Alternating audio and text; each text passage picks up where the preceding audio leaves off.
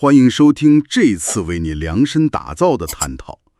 今天我们要深入聊一个很多正在学中文的朋友都挺关心的问题：怎么才能真正跳出那个母语的思维定式，然后呢，开始用中文思维来学习和运用中文？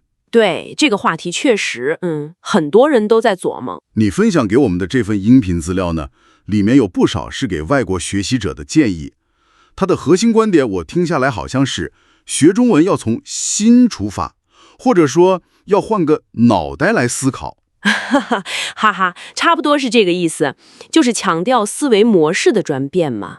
听起来可能有点抽象，但其实挺关键的。是，所以我们这次的任务呢，就是一起梳理一下，看看这份资料里有哪些精华，找出那些特别实用，甚至可能有点出乎意料的方法和例子。希望能帮你找到一条感觉更自然、更地道的中文学习之路。好，准备好了吗？那我们现在就开始吧。来吧。好，那资料一开始就强调了沉浸的重要性。这个词儿我们听得挺多了，但你这份资料里好像提了些挺具体的建议，应该不只是多听多看这么简单吧？对，他说的沉浸啊，不仅仅是建议你多接触，而是强调要怎么说呢？创造一种不得不用中文的环境，这个确实是关键的第一步。音频里提到了几种方式，让你能全方位的被中文包围起来。比如呢？一种比较彻底的，就是资料里提到的那个全方位沉浸项目。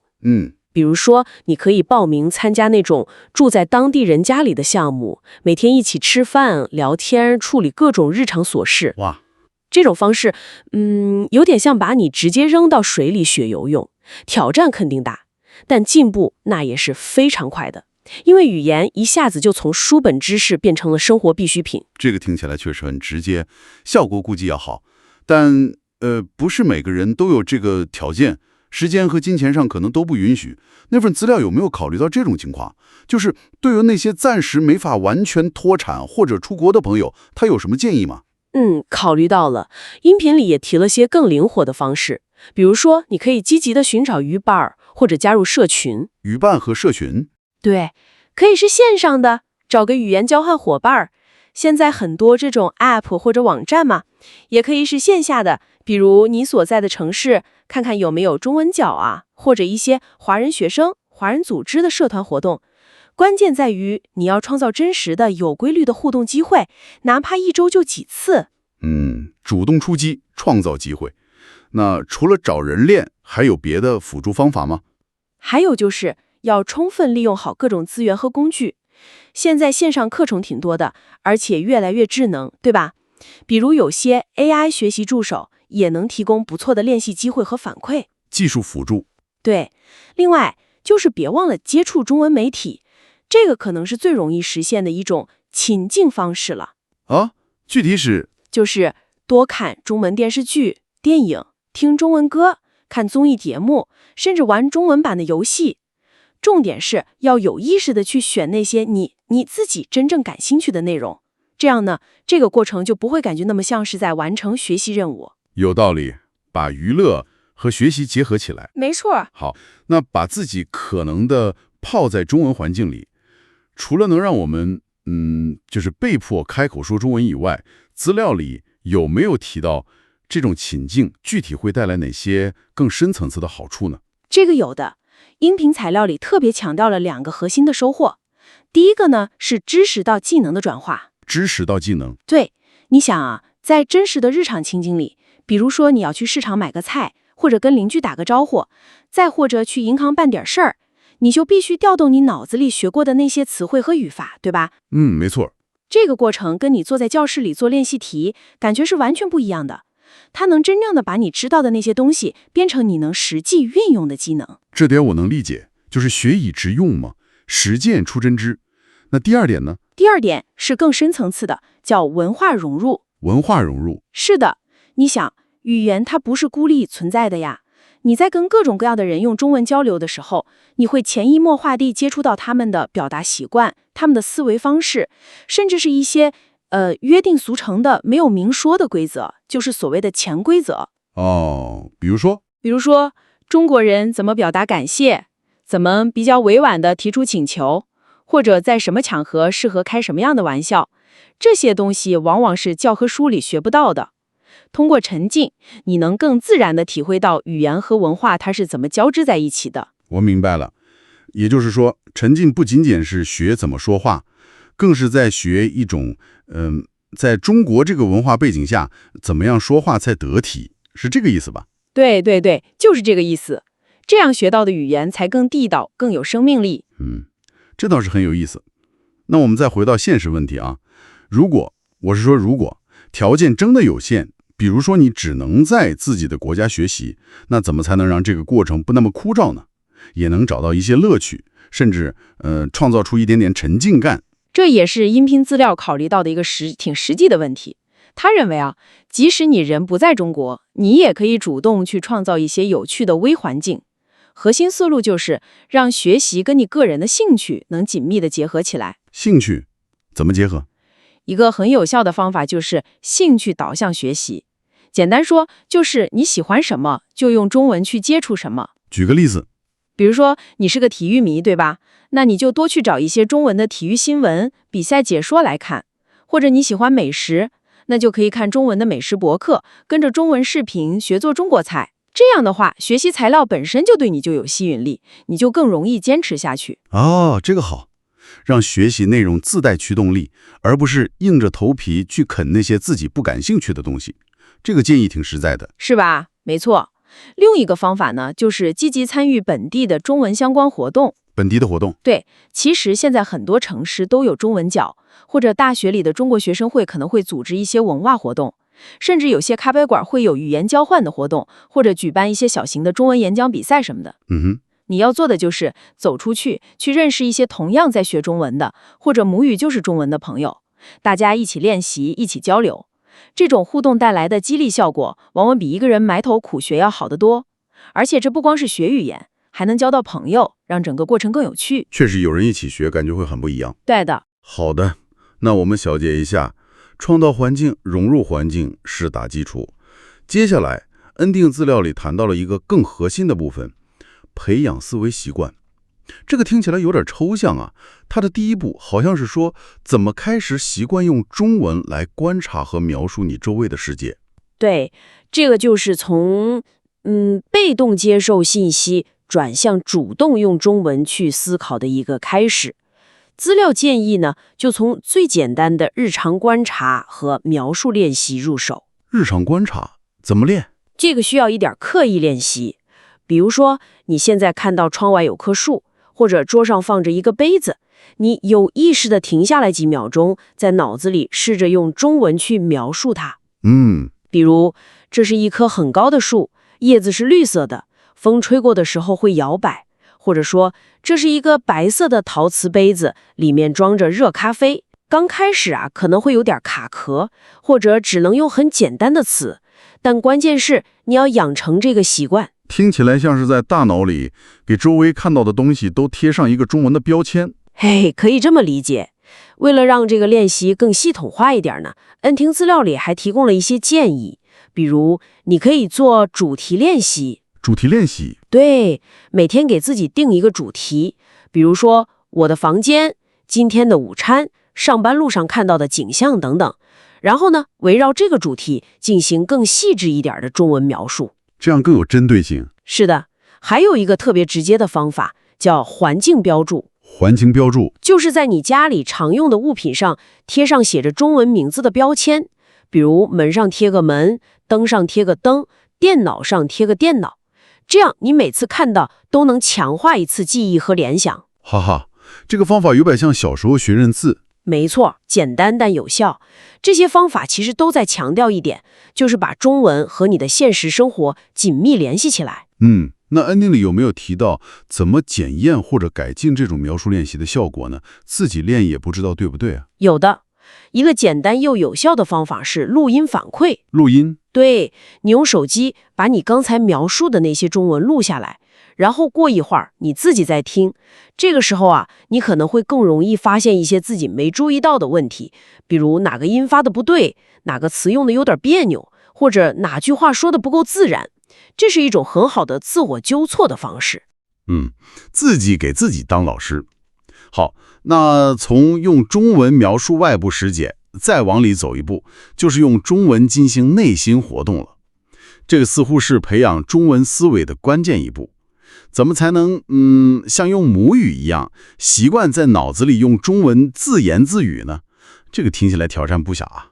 这个确实是需要时间和耐心的，但也不是说遥不可及。资料里的核心建议就是要有意识的把你的日常思考活动给它中文化。日常思考中文化怎么做？可以从每天那些简单的思绪开始，比如说早上醒来，你试着用中文想，我今天要做什么？先起床，然后刷牙洗脸，再吃早饭。在脑子里计划。对，或者遇到什么问题的时候，尝试在心里用中文分析一下。哎呀，这个问题有点麻烦，我该怎么办呢？或许我可以问问老师。晚上睡觉前呢，也可以用中文简单回顾一下，今天过得还不错，学了几个新词，还跟语伴聊了半小时。就像在脑子里进行一场持续不断的中文内心戏。哈哈哈，差不多就是这个意思。关键在于尝试和坚持，一开始肯定会很慢，很多词儿可能想不起来，甚至语法都是乱的，但那没关系。目的是让你的大脑逐渐习惯用中文来组织想法。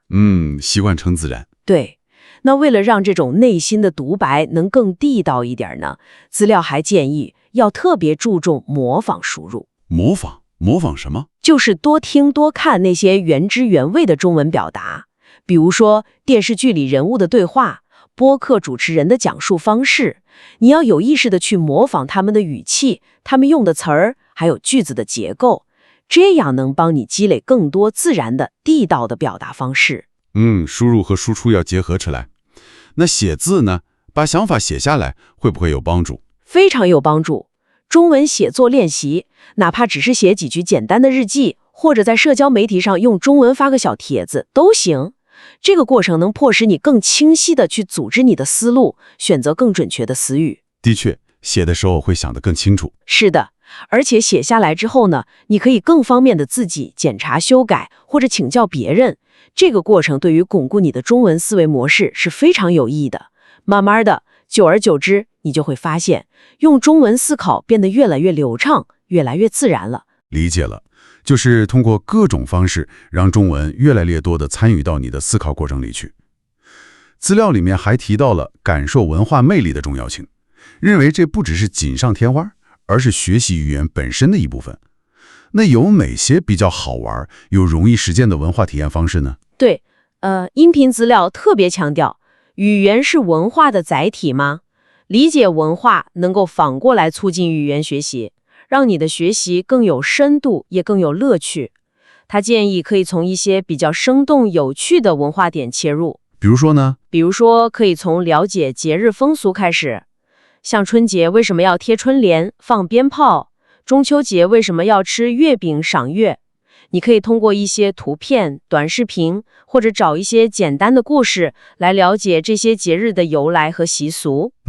如果条件允许的话，亲身参与一些相关的庆祝活动，那就更好了。比如和朋友一起包个饺子呀，猜个灯谜呀，那种体验带来的理解肯定特别深刻。的确，在玩乐中学习，印象肯定更深。是的呀。还有饮食文化也是一个特别好的切入点。吃吗？这个我喜欢。哈哈，对，中国菜系那么丰富多样，很多菜名背后都有故事或者有美好的寓意。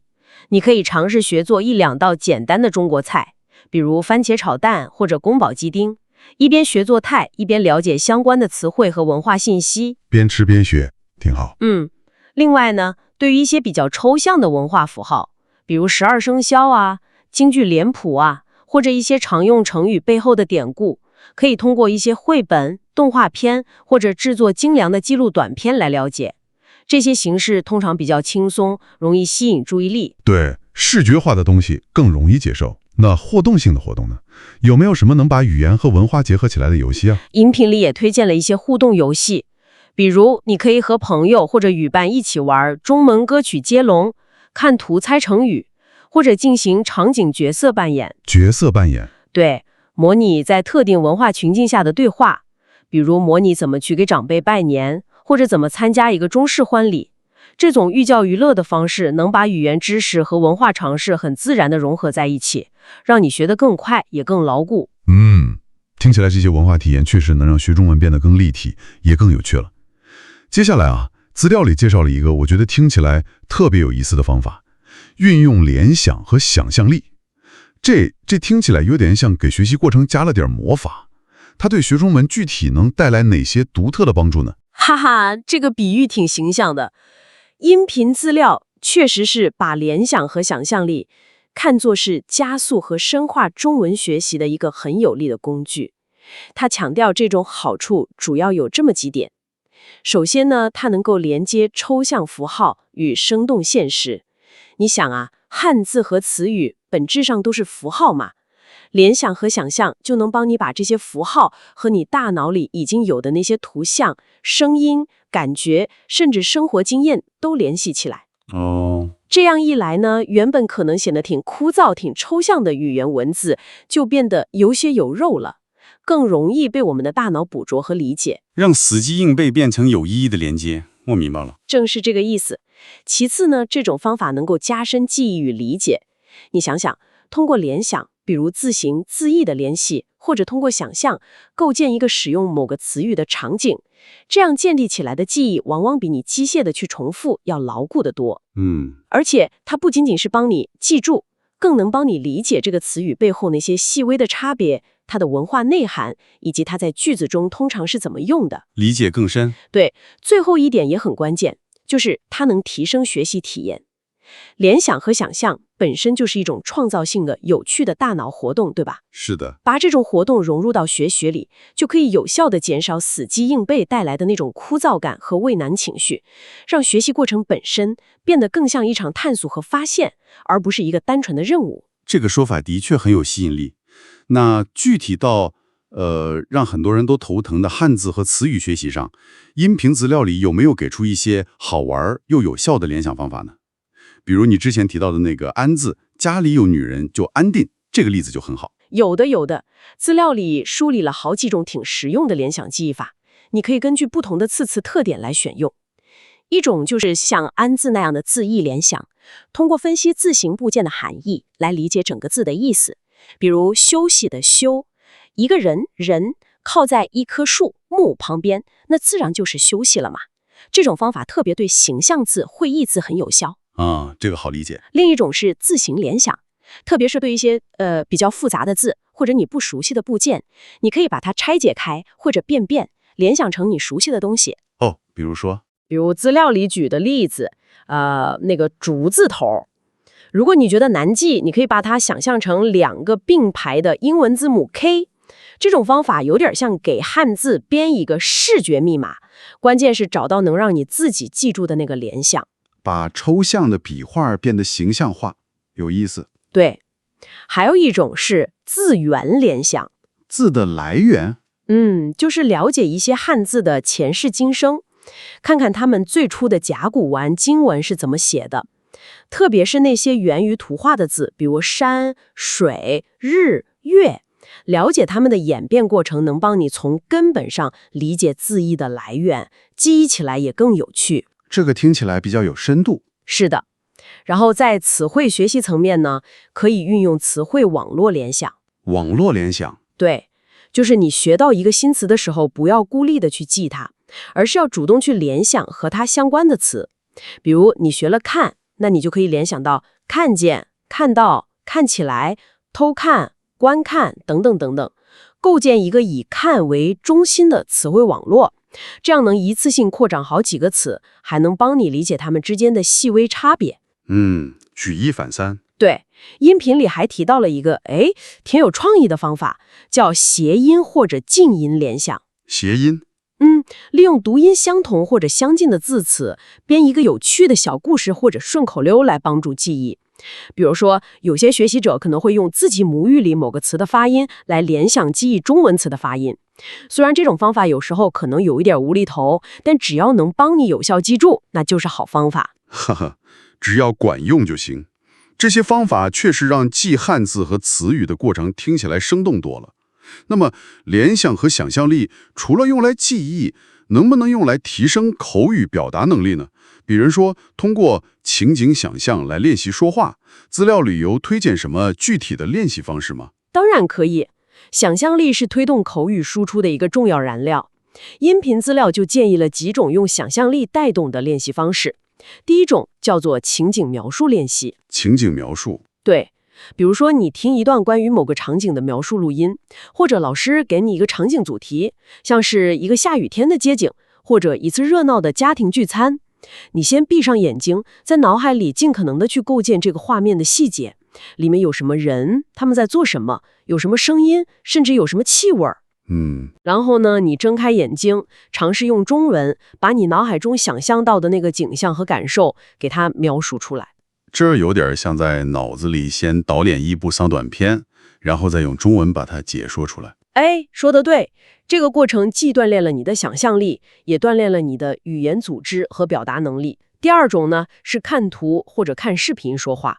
看图说话，对，你可以找一些内容比较丰富的图片，或者是一段没有对白的短视频，把它们当做一个触发器。你仔细观察，然后尽可能多的用中文描述你看到的内容。或者呢，你可以根据画面自由发挥，编一个简短的故事出来。音频次郎提到，这种练习特别能锻炼你的临场反应和即兴表达的能力。这个听起来很实用，而且素材也容易找到，网上图片视频多的是。没错，第三种是比较经典的角色扮演 role play。 对，这个方法能让你在一个模拟的真实情境中去运用语言。你们可以设定一个场景，比如在商店购物，在饭店点餐，或者去银行办事。你可以自己一个人分饰两角，当然最好是和语伴一起，扮演不同的角色进行对话。关键是要尽量让自己入戏，想象自己真的就处在那个情境当中。身临其境的用。对，最后呢，还可以尝试一些更有创造性的练习，比如创意续写或者编故事。编故事，可以从一句话、一个开头或者几张图片开始，然后你和朋友轮流往下编故事，就像故事接龙一样。或者你自己独立的编一个完整的故事。在编故事的过程中呢，要有意识的把你最近学到的那些新词汇啊、新的语法点呢，给它用进去。这样不仅练习了口语，巩固了知识，还锻炼了你的创造性思维。这些练习方法都挺好的，把想象力用活了。是的。好了，今天我们根据你提供的这份音频资料，一起深入探讨了不少关于如何用中文思维学中文的方法。从最开始的创造沉浸环境，对，打基础，到后来刻意培养用中文思考的习惯，再到运用联想和想象力，让学习更高效、更有用趣。感觉贯穿这些方法的核心理念啊，似乎就是学习语言，它不仅仅是记住一些规则和词汇，更重要的是，你要把它变成你生活和思考的一部分，要敢于去用、去尝试，甚至去犯错，在实践中找到属于你自己的那份语感。的确是这样，这些方法其实是提供了一些路径，或者说是一些可能性，但最终哪条路最适合你，这个还需要你自己去探索和实践。那么在我们今天讨论的这些策略之外呢，或许你可以再想一想，有没有什么更个性化的方式？个性化的方式。对，就是说，能不能把你学习中文这件事儿和你自己非常独特的那个兴趣点更紧密地结合起来？比如说，你是不是对中国的某一个特定的历史时期，像唐朝啊、宋朝啊，特别着迷？或者你是一个科幻迷，很想了解中国的科幻文学现在发展的怎么样？又或者你对中医、茶道、书法这些有浓厚的兴趣？试着把你的语言学习目标和你内心真正有热情、真正着迷的那个点结合起来，去主动探索那个让你心动的文化角落。这或许能给你带来更加持续的学习动力，也能让你的中文学习之路走出一条独一无二的深度和广度来。这是一个非常好的思考方向，把学习变成一种个人化的探索旅程。对，非常感谢你的收听，希望我们这次的探讨能给你带来一些新的启发和实用的方法，帮助你的中文学习更上一层楼。希望如此。期待下次能有机会和你继续深入探讨其他有趣的话题。